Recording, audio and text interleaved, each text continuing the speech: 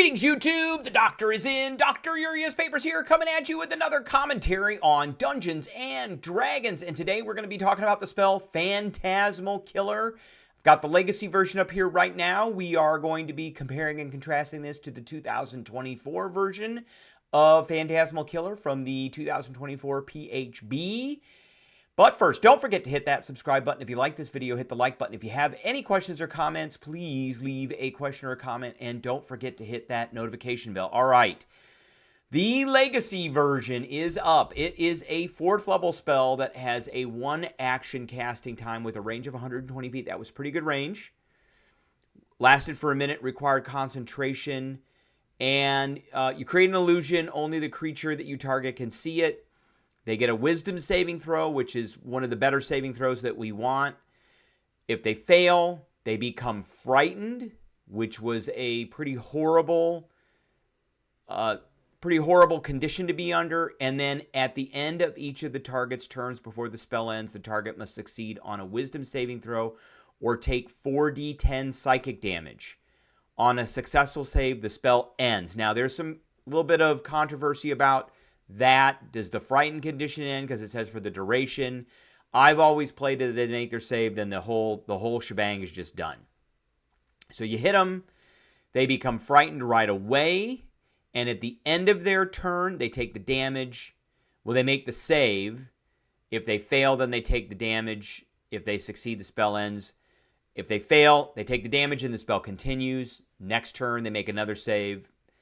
Yada, yada, yada. But you can upcast this for an extra D10 of damage. Now, to be honest, in the day, we gave this one a B-. I was not a big fan of this spell considering what it was in 3rd, 2nd, and Advanced Dungeons and Dragons, where it was like an automatic kill.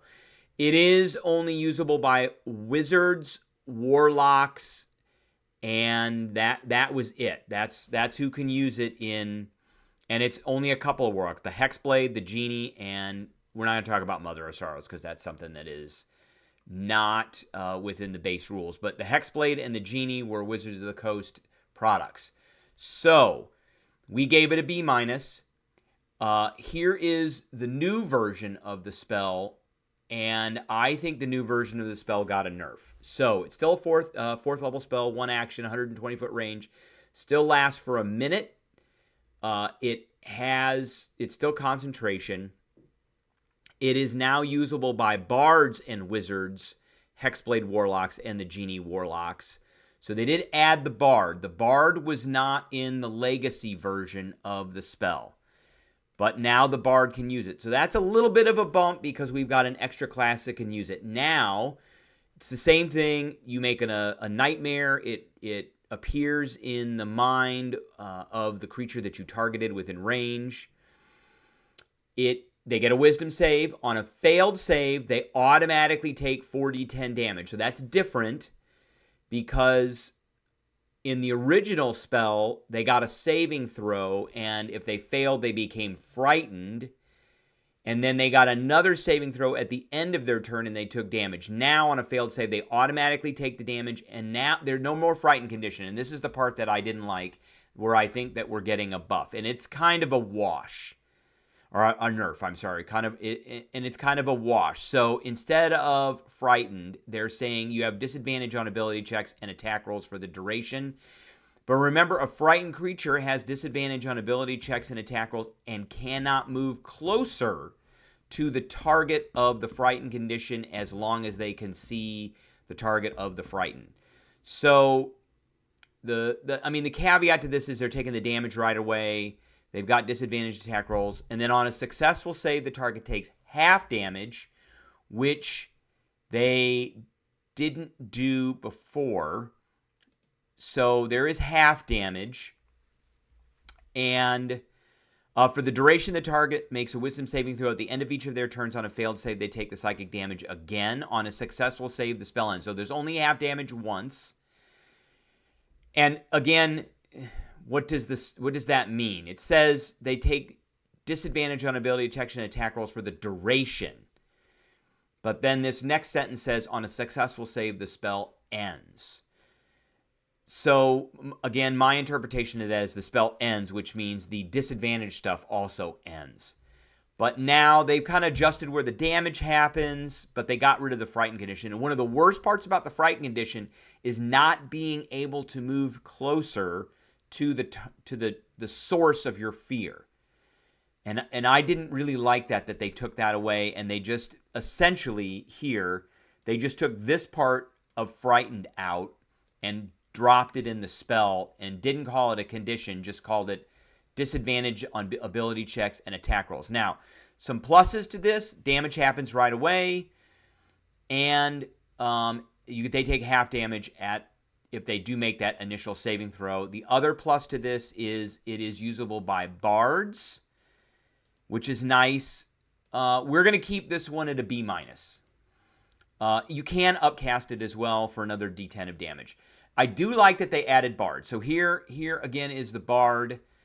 I would not be choosing any of these bard classes. I would be choosing my favorite bard class, which is the bard who is the College of Eloquence. There it is right there.